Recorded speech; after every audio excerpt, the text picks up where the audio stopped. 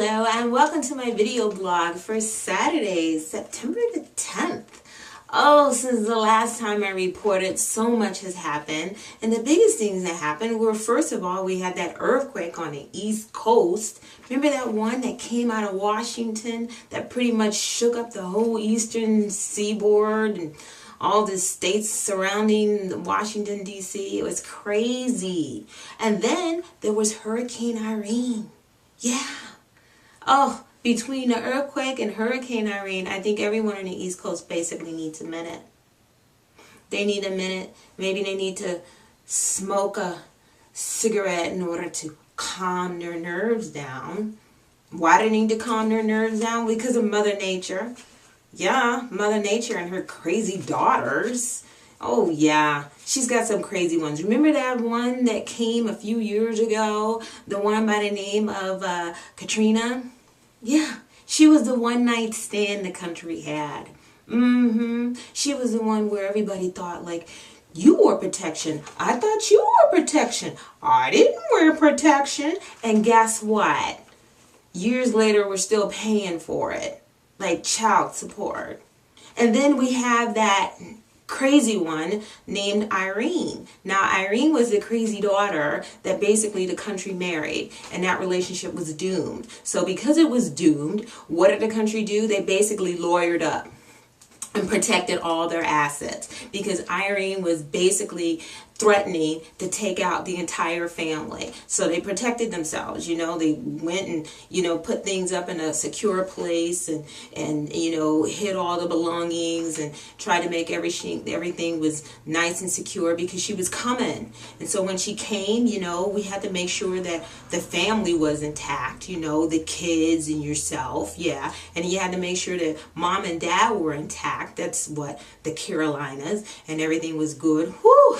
And then all of a sudden, we had to make sure that grandma was good.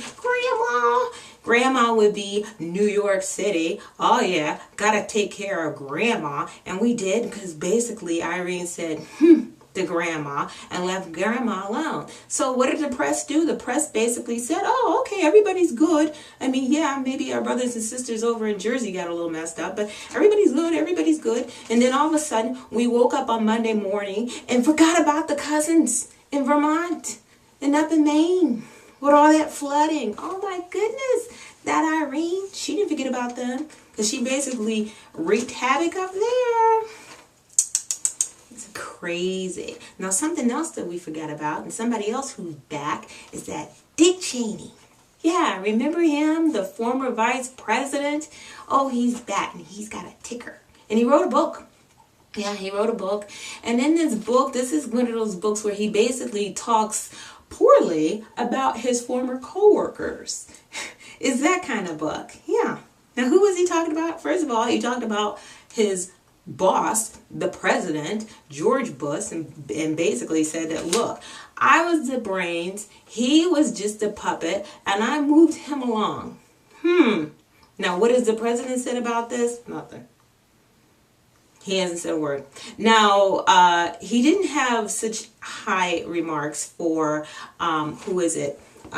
Colin Powell. But then again, the two of them never really got along from the beginning. So Colin Powell was like thumbs down, and Cheney was like to him. So we really didn't expect that to be a fair exchange. But Condoleezza Rice, little Condi.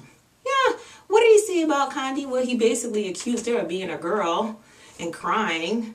Yeah, showing a moment of weakness, and that she came into the president's office, and Cheney happened to be there because, you know, he's the one who's really running all the shots, and he's kind of moving the president along like a puppet, so he had to be there. So but Condi came in, and she was talking to the president, and they were having this like discussion, and she got a little weepy, you know, and it was, you know, so, you know, like monstrous and everything, and, you know, and she had a moment where she cried, and so Cheney had to write about it in his book. So all I have to say is this was what, a closed door meeting about a top secret something that was going on, and it happened to involve the millions of lives of people.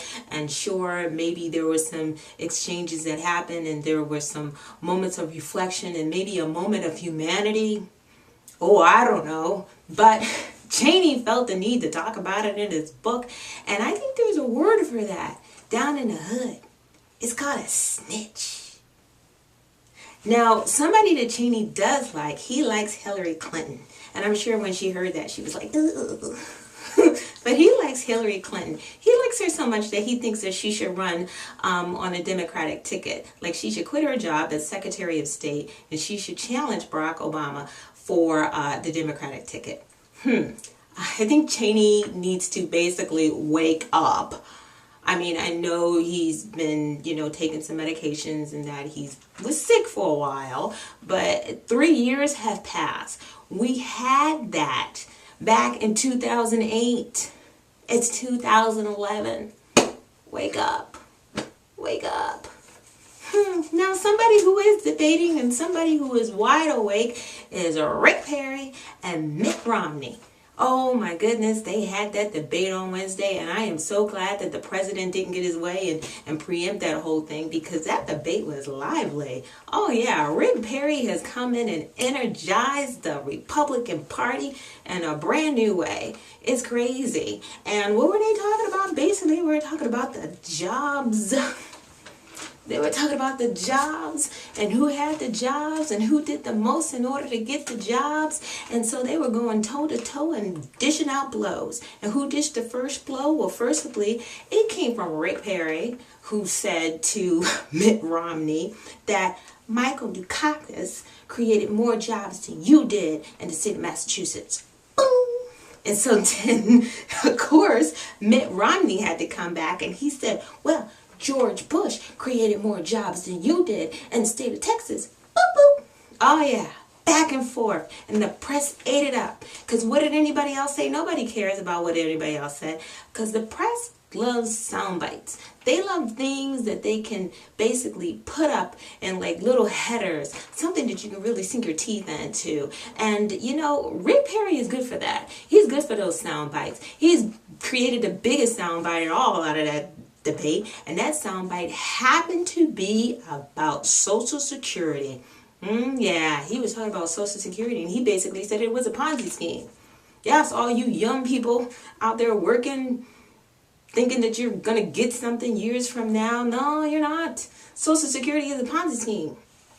And then somebody took a stick and then woke up Cheney, and they were like, Cheney, is it true? Is it a Ponzi scheme? And he was like, no Ponzi scheme here, no Ponzi scheme here. And of course he said it was no Ponzi scheme, because he's at the top of the pyramid collecting checks right now. But anyway, back to Rick Perry talking about the Ponzi scheme. People are like, shh. People need something to hold their hopes on to. Like, because the economy is really bad right now. And you need something to kind of believe in, something to have hope for, something to be there in the future. And that's what Social Security is. It's kind of like that hope in the future. So him saying that, Social Security is like a Ponzi scheme is like saying that there's no Santa Claus. Nobody wants to hear that. Him saying it's a Ponzi scheme is like saying that the Easter Bunny really doesn't have eggs. Nobody wants to hear that. Him saying that it's a Ponzi scheme is like finding out that Robert Downey Jr. is not Iron Man. He's just an actor playing a part in a movie. Oh my goodness, I cannot believe it. Is it true? Is he really an actor? He's good though. He's really good. I want him to be Iron Man, but he's not. Oh my goodness. Darn it. But back to the jobs, because the president came in and he was talking about his jobs package, where he came out and he basically gave us what? $447 billion and a proposal plan that he wants Congress to pass, that he wants the Senate to pass. Oh my goodness, everybody was so energized. He was out there talking and people were popping up and out of their seats. Like he was talking and then the Democrats stood up and clapped. And then he was talking and then the Republicans stood up and clapped. And then he was talking and they both parties stood up and clapped. Everybody liked it. The next day he got rave reviews in the press. Everybody liked it except for who? Rick Perry. But do we really expect him not to like it? Or to like it? Because, you know, he wants his job.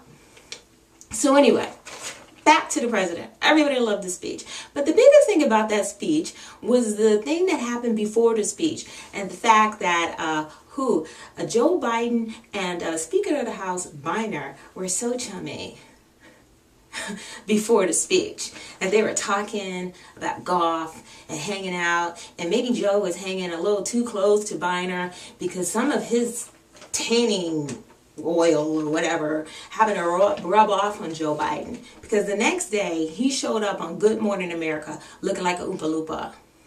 I'm telling you. He looked like one of those Jersey Shore kids. You know, I'm like, do I need to adjust my television? Like last night, Joe Biden was white. You know, the next day on Good Morning America, he was orange. That is wrong. Orange is not a color. It's in that song. The red, the white, the purple, and yellow. They say nothing about orange. Nothing about orange in Rapper's Delight.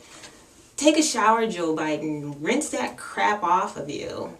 You know, I need my white vice president back, you know, because I love everybody. I do.